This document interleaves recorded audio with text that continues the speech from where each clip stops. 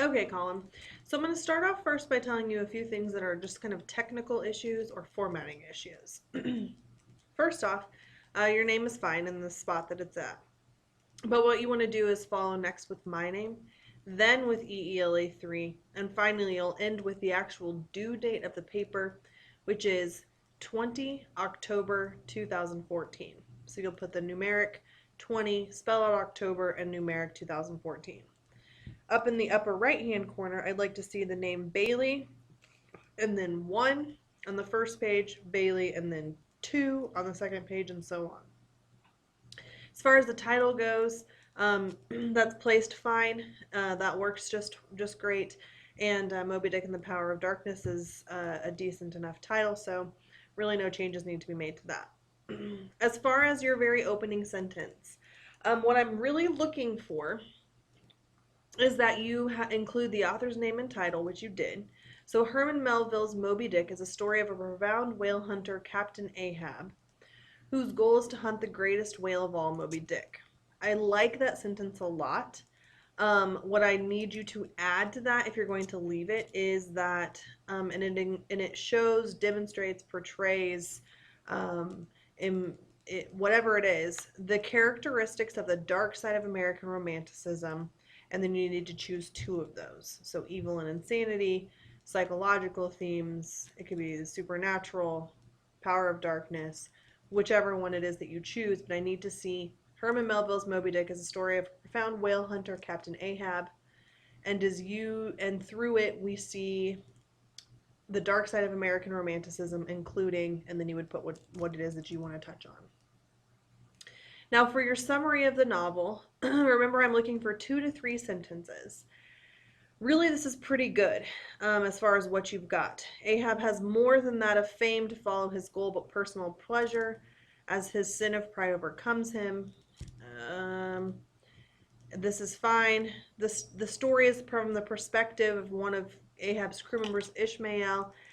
I think you get a little confused when you put Moby Dick as seen as the antagonist. Remember that we're talking about what Captain Ahab portrays Moby Dick as.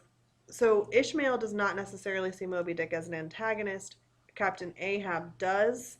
Um, so you want to make sure that you're not confusing those. I would ask you to reword this sentence starting with from the perspective and ending with kills all of Ahab's crew except Ishmael, to have the clarity of the fact that it's Captain Ahab who feels Moby Dick as evil, not the author, not any of the other characters. Through the power of diction, imagery, and symbolism, Melville depicts Moby Dick as the antagonist is fine, but you need to add through the eyes of Captain Ahab. So again, showing that it's Captain Ahab who believes that. All right, moving into your first paragraph. In Moby Dick, the use of diction or word choice makes Moby Dick sound like a character of great potential and power. I do really like that sentence with the exception of or word choice. I don't need you to define the word, seeing as that's something I already know. So go ahead and just use the use of diction, and then you can end with makes Moby Dick.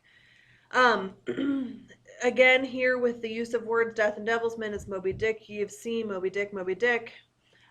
They do make Moby Dick sound like the devil itself, or himself, whatever it is. And the bane of evil. What I need you to do is add here, after the quotation mark, the page number that you took that from. I do need to see in-text citations in order to properly credit the author.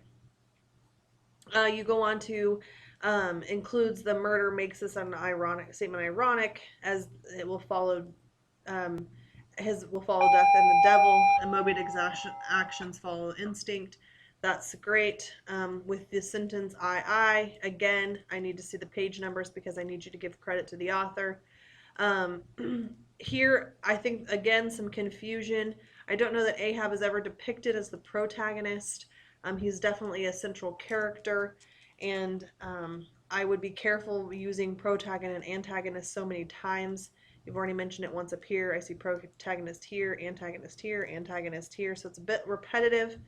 Maybe you say Ahab is depicted as the central character and Moby Dick his opponent, in order to further that feeling that Ahab believes Moby Dick is evil, and you go on to explain those things.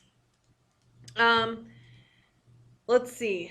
You talk about hell and how that's makes it more profound, and that works.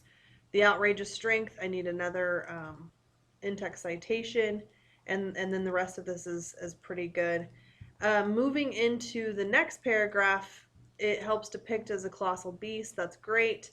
It's not really the crew. I mean, they do think that. Maybe add in the crew who agrees with or an agreement with Captain Ahab. Um, you need your in-text citation here. You need your in-text citation here. And then you need your in-text citation here. So make sure that you're not just putting the quotes in there and just leaving them. I need to see that you have placed the proper citation and given credit to the author. Let's see here.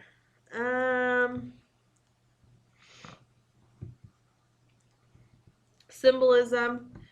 Again, this is pretty good. What I'd rather you do than define is to transition.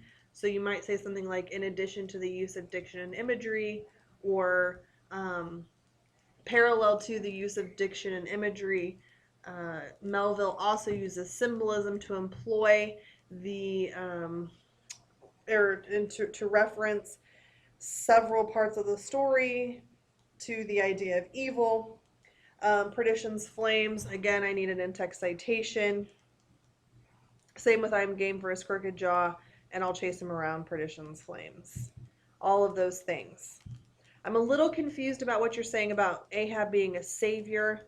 I know that he maybe thinks that there's justification in him killing Moby Dick as it's his duty to the whale hunters, but really that's never the intention Ahab has. His goal is just to find revenge.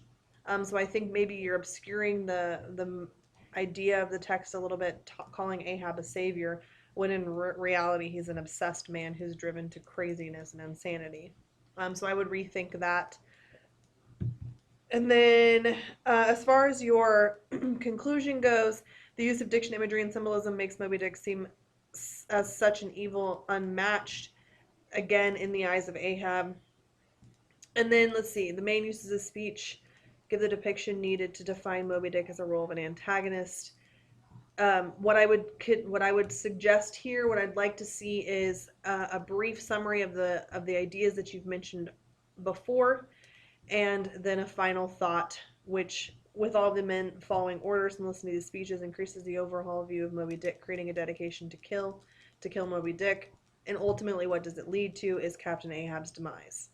So think about those things. If you're not sure or you have questions, please do not hesitate to come ask me. I think I've given you several suggestions that should help you create a final product. Have a great day.